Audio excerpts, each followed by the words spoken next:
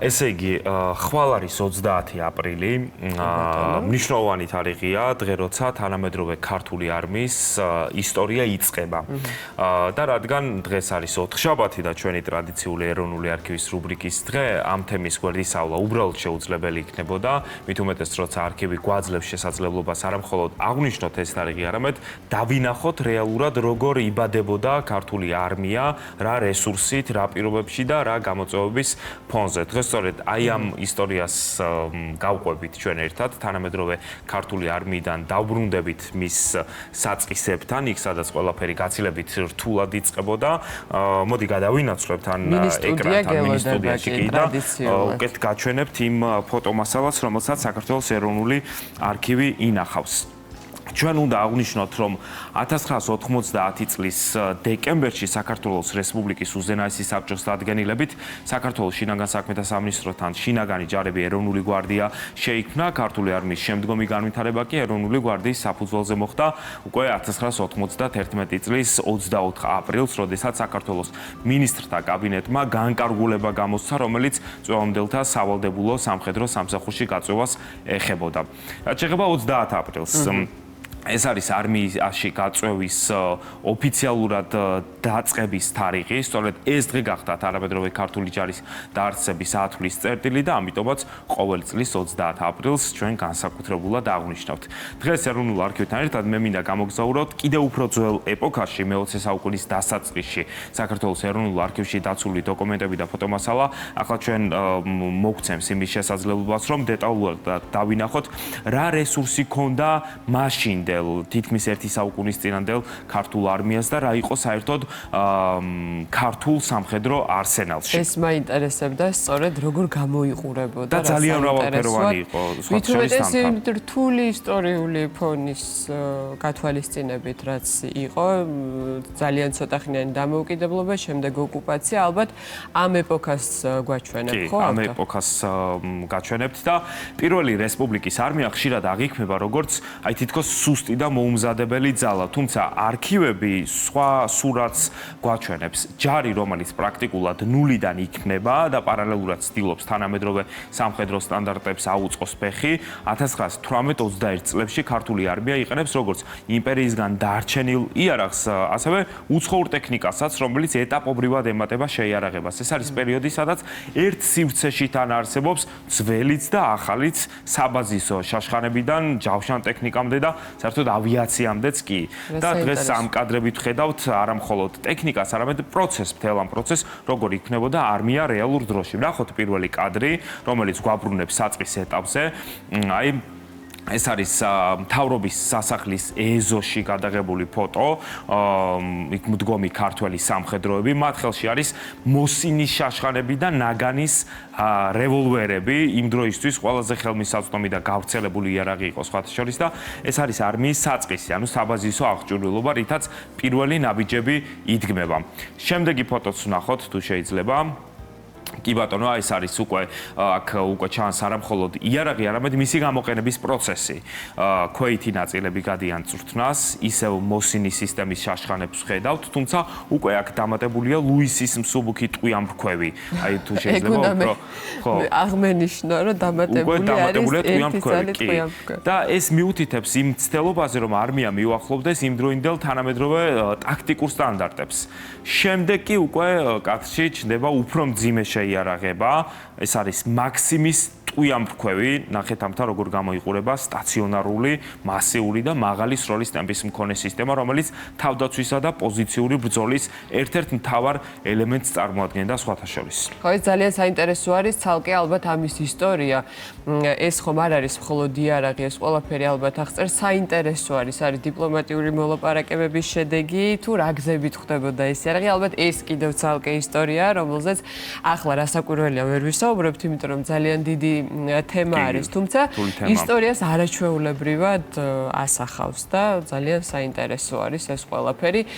როდესაც ფეხს იდგამდა ჩვენი ქვეყნის დამოუკიდებლობა, მაშინ რა ხდებოდა შეიარაღების თვალსაზრისით. კი, ნამდვილად და აი ამის პარალელურად ლუისის ტყვიამფრქვევები უზრუნველყოფდა უფრო მეტ მოქნილობას, სუბუქი კონსტრუქცია და მობილურობა საშუალებას აძლევდა ქვეით ნაწილებს სწრაფად ემოქმედათ და სხვადასხვა პოზიციაზე გადანაწილებულიყვნენ. ეს ორი სისტემა ერთმანეთის ფუნქციურ შევსებასაც ცდილობდა და აი ახლა ჩვენ როდესაც ვსაუბრობთ აი ამ სხვადასხვა ეტაპზე ქართული არმიის უნდა ვნახოთ თუ როდის ჩნდება артиლერია. 76 მმ-იანი ქვემეხები, აი ნახეთ როგორი უნიკალური ფოტო არის, ეს უკვე არმიის ძირითადი დისტანციური ძალა არის, რომელიც რამდენიმე კილომეტრზე მოქმედებს და საბრძოლო მოქმედებების მასშტაბს მნიშვნელოვნად ზრდის. ომის რეალობა ახლო ბრძოლასაც მოითხოვდა, რა თქმა უნდა და სამხედროების შეიარაღებაში იყო პისტოლეტები, ეგრეთ წოდებული ნაგანი, მაუზერი, ასევე ხელყუმბარები.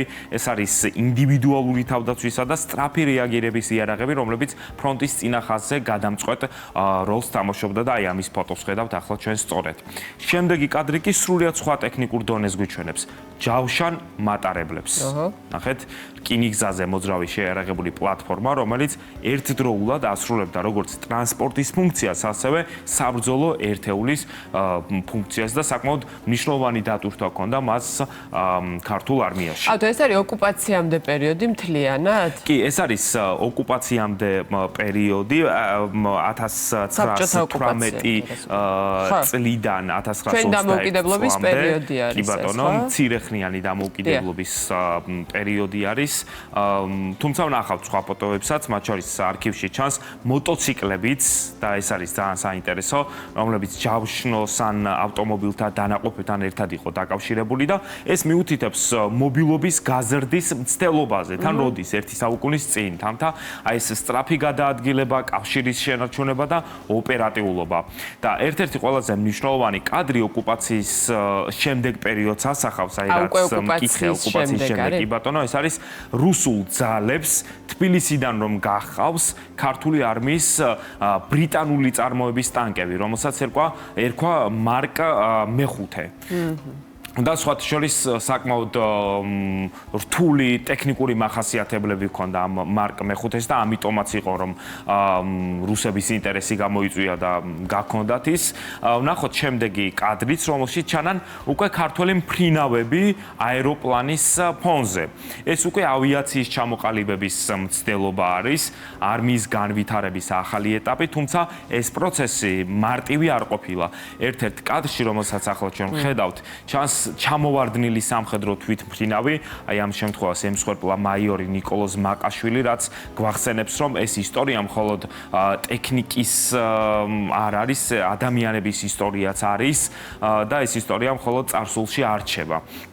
როგორც ჩვენ აღვნიშნეთ, 30 აპრილი არის საქართველოს შეიარაღებული ძალების დღე, რომელიც სწორედ იმ პროცესის გაგრძელება არის. დღეს უკვე სხვა რეალობა არის, ჩვენ ვიცით, თანამედროვე ტექნოლოგიები, სხვა სტანდარტები, თუმცა საფუძველი როგორც ასეთი იგივე რჩება. ეს არის სახელმწიფოს დაცვა და მზადყოფნა ნებისმიერ დროს ქვეყნის სამსახურში ყოფნის და ჩვენ რა თქმა უნდა, ჩვენი ეთერიდან ვილოცავთ ქართული არმიის თითოეულ წევრს ხვალინდელ დღეს ჩვენ რა თქმა უნდა კვლავ შევეხებით ამ თემას, მაგრამ რა თქმა უნდა დღევანდელი რუბრიკის ფარგლებში არ შეგვეძლო რომ არ გადაგვეხედა ეროვნული არქივის იმ მასალებისთვის, რომელიც ახლა მაყურებელსაც გავაცანით და ხვალ უკვე ამ თემას უფრო სხვანაირად შევეხებით უფრო ვრცლად. ძალიან საინტერესო იყო შენი რუბრიკა დღესაც ავთო და სხვათა შორის აი აქვე მინდა აღვნიშნო, სულ როდესაც შენი რუბრიკა არის, იმ ვაკვირდები ადამიანებს და ამ შემთხვევაში ეს არ იყო ისტორია მხოლოდ შეიარაღებაზე. აი, როდესაც ახალ გათავისუფლებული ჩვენი ქვეყნის არმიის წარმომადგენლები ესე დემონსტრაციულად იარაღით ხელში იღებენ ფოტოებს. ეს მათი მხრიდან კიდე გარკვეული გზავნილი იყო, თუნდაც აი ეს დასავლური იარაღი, რაც შენ არაერთხელ ახსენეს, ამ შეიარაღებასთან ფოტოების გადაღება სხვა გზავნილი იყო, სხვა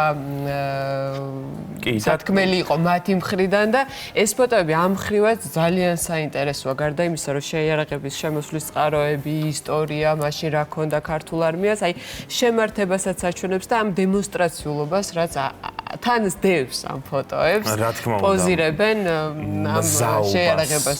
ზოგადად იმისა, რომ ისინი მზად იყვნენ ქვეყნისათვის, რომ თავი დაედოთ, გაეწირათ და აი ამის შედეგი არის ზოგადად რომ ჩვენ რესურსი გვაქვს, ეს გზავნილი იგრძნობოდა ყველა ფოტოში და მნიშვნელოვანი არის რომ ეს პროცესი ფაქტობრივად დღემდე გრძელდება და მოკლედ აი ასე მიმოვიხილეთ არქივი, როგორც უკვე აღვნიშნეთ, ხვალ ამ თემას ჩვენ სულ სხვა ჭრილში შევეხებით.